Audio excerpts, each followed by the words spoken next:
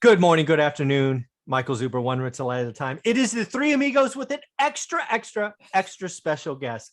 Matt, who is that lovely lady sitting on your lap? This is Eliana. While Mummy's meeting with the gas company to get a meter turned on. This is Eliana with Daddy Lumberjack. Hi, Eliana. How are you? Everybody wave. Yes, awesome. Yeah, she's learning her wave. There you go. So how is she doing? The audience wants to know.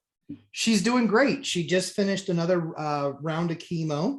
What day is today? Thursday. So she just finished another round of chemo on Tuesday. And so she's home for Christmas Eve and Christmas, and then we'll go back down to Boston and she'll have a Monday treatment. Okay. Next week. Yeah. She looks wonderful. Not bad, right? Yeah. She's clearly the strongest person on my channel. Clearly. It's amazing what a miracle looks like in progress, huh? Yeah, definitely cool. Definitely a miracle. Well, we're going to give this a shot. I'm going to try not to be distracted by that pretty little thing, but I'm going to give it a shot. So what I want to talk about in episode number 1 is I want to talk about, can Jerome Powell and or Joe Biden single-handedly crash the housing market? So I'm going to stop there with that question. We're going to go to Dion first, welcome him and ask him. So, okay, Dion, can Jerome Powell and or Joe Biden crash the single family housing market? What do you think? So I've tried to stay so far away from politics that every time I see his name, I try to say Jeremy Powell. Okay, Jeremy Powell. So that's how much I know about him and Biden. The things that can happen is if they can control interest rates, they can make changes. I think an increase in interest rates that we're seeing now is increasing demand. So I don't see that that's going to cause the crash unless it's a massive increase. And I don't know that the executive branch has the authority, but if we look at some type of nationwide rent control, I think that is going to cause chaos that could really impact the market. Other than that, I'm not sure that I've seen anything, even on the radar, that sounds like it's going to cause a crash. Okay. All right. I like that. Mr. Lumberjack, what do you think? When I ask you, is Jerome or Jeremy Powell and Mr. Biden, do they have the power to single-handedly crash the housing market? Not through anything that they would do. So Jerome Powell, no. Biden, yes. Okay, tell me. Yep. So I think if Biden passes some executive order or, like vaccine mandate, right? That's gonna crash a housing market. That will crash everything. That will come because everybody will be thinking about, okay, how does that gonna work? And what do we do? Like, how do we manage? How do businesses work? How do people that don't want to get vaccinated go to work? It's going to be something external. So I like what you said a couple of weeks ago, and I totally agreed with it. It was what I've been telling my friends, and I was like, Mike and I are like so much alike. This is ridiculous. Because I was telling them, I said, short of China's larger navy attacking us. Right. Yeah. I mean, the good news is they're not starting with New Hampshire. They're not going to show up there first. They're going to go somewhere softer with less guns. Yeah. It's kind of like the line from Braveheart. I've talked to the Almighty. He likes my chances, doesn't like yours. So yeah, it would be something like that. But I think Biden could do it with some sort of a sweeping mandate. Right. Something. Because people would need to understand and adjust and, absorb that. And we all know that the market doesn't do well with broad sweeping legislation. Right. Okay. And the second thing would just be war. Outside of that, like I said, I don't think Jerome can. Yeah.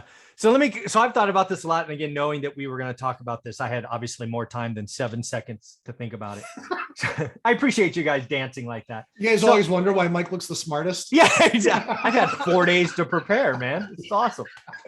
I know this is happening every Thursday, right? I can prepare. So number 1, so let's talk about Jerome Powell, right?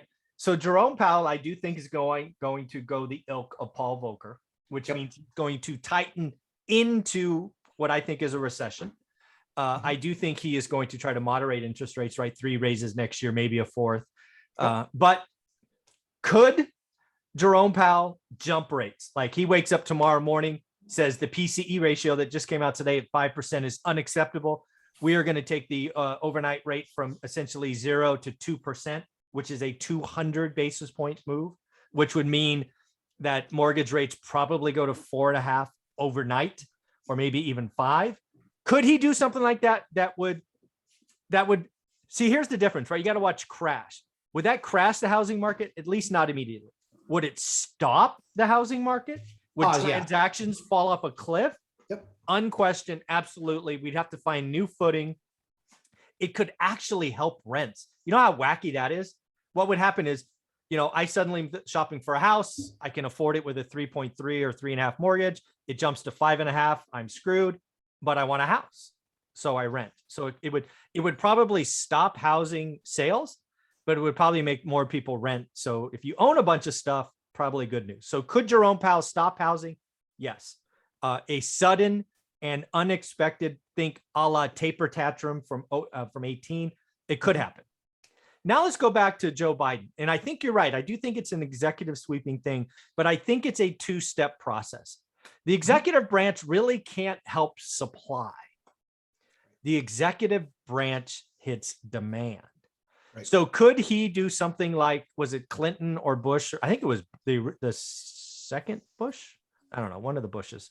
They came out and said, home ownership, good. We're going to start, encourage home ownership. We're going to take home ownership from 63 to, I think, a high of 69. That last 2% was unhealthy, stupid loans. We know how that ended. So I think if Joe Biden or the executive branch, anybody sitting in that seat, Democrat, Republican, left, right, red, blue, whatever, if anybody ever again decides that home ownership is that important and they encourage non-qualified people to get yes answers, either via bad loans or let the federal government give you the down payment, that will blow up housing. That will eventually lead to a crash, right? So I think it's for the executive branch, I do think it's a two-step process. Only thing the executive branch can do, in my opinion, is blow the bubble up, which then causes crashes. I think Powell, if he wanted to, could stop housing tomorrow with a stroke of a pen. So that's what I was thinking about. How does that stuff fit, Mr. Dion? Oh my God, Dion. So you're the one I actually have the crystal ball. You got my crystal ball. That's awesome. It showed up. Thank you for that. I know when the next housing crash is going to happen, the chronology and the catalyst. Oh, because I have the crystal ball. Absolutely. So I would like to relate it to something that Biden or Powell is doing, but it's something bankers are doing right now, today. Okay. So I've talked a few times about the two smartest people that I know. Mike, you're one of those two. The other one has a couple of duplexes under contract, has ran businesses, grown businesses, and invested in a lot of things, but never rentals. He's actually working with me to get his first few. He's got a couple of units now, and he's adding these next 4. Okay. And we had a conversation the other day where I was debating my friend and his lender. So the lender wasn't there, but I was debating the lender because of all the advice the lender was giving my friend. Oh no. On how the best way to get the best price for a property today is to go with their adjustable rate mortgage. They pushed it so hard that my friend had counterpoints to my, here's the reasons why that's not a good idea. He had been coached, not manipulated, that's too strong. He'd been presented the worst product. And for him, yeah, if he completely lost all of his money on this one rental, it isn't going to impact him. But if this is a lender that is doing this with the average person walking in the door saying, look, home prices are up so high, the best way that you can make your payment down, because home buyers buy on payment, is to go for this beautiful looking adjustable rate mortgage that we have sitting over here. This is how low your payment will be. And if it goes up in a few years, you'll just refinance, because houses keep going up. You're going to have so much equity. You could do a cash out refinance at the new rate in a few years. Oh no. He had all the counterpoints that we talk about all the time of what caused in 2005. You could walk into a bank and say, luckily he wasn't pushing a ninja loan, but you could write down, I make this much money, and they took it. And then they said, here's this adjustable rate. It's the easiest way to get into home ownership. 3 years later, once those bad loans were packaged with other good loans and sold on the secondary note market, and it crashed everything. Yeah. We've started the timeline now. Okay. If this is what lenders are doing, because it was I would say 45-minute conversation and with some research to convince my friend that that's not the best thing for you to do. And that's not the best thing for almost anyone to do currently right now, getting into rentals as a new investor. If anybody watches my channel, one rental at a time, and you get an adjustable rate mortgage for a property you plan to hold more than a year, you can unsubscribe right now. 30-year fixed rate money below inflation. Get it now. Don't Don't get an arm that's a half a point lower. And oh, by the way, it's going to go up and you'll just refi later. You know what you're going to be refining into, people? Oh my goodness. And it was a half a point. They're a point lower. Oh my God, they're a point. They're a point. Yeah, They're no, so the literally ones they putting were stuff in the offering was low twos, right? 3.2 for a regular loan is what he was Yep. getting. Yep. 2.6 is what he was getting. Oh, So it wasn't even a half a point. It wasn't. So I mean, if it was like Wow. 3% lower and you had an exit strategy, sure. But I mean, this was just a small amount to set him up for whatever happens to interest rates in a few years.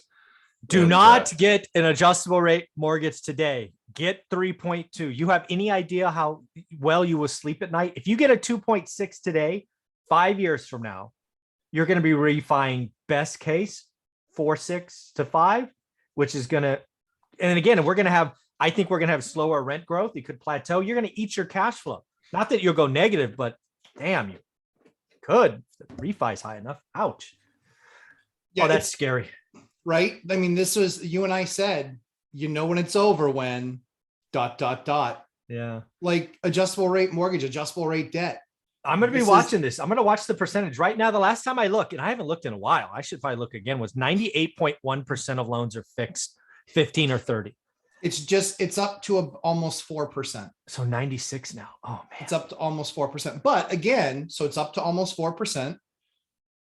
There are some reasons for one reason or another, but Sure. very small, Yeah, very yeah. small. Yeah. So but Mike, in 6 months, it went from 2 to 4. Yeah, it's true. If in the next 6 months, it goes from 4 to 8, now That's we've got the a wrong. problem. That's the wrong. Now way. we've got a problem. It has to stay Yeah.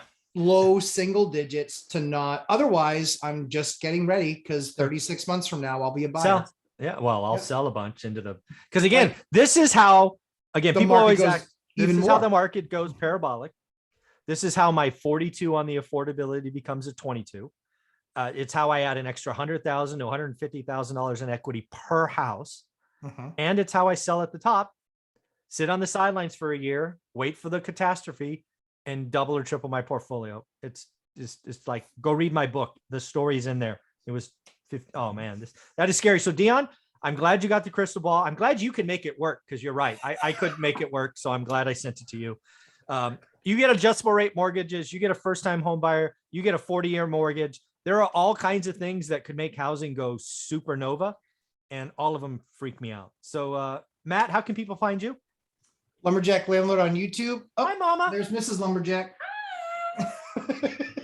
Lumberjack Landlord on YouTube, and also Mr. and Mrs. Lumberjack live stream tonight at 8:00 Eastern time. That is awesome. And Dion, how about you? Awesome. Right here on YouTube, Dion Talk Financial Freedom. I'm big in the Bigger Pockets Facebook groups too. And Tuesday evenings, 4 p.m. Pacific Standard for live stream. I stay until the questions stop coming in. Man, you guys are awesome that way. Thank you very much. Thanks, guys.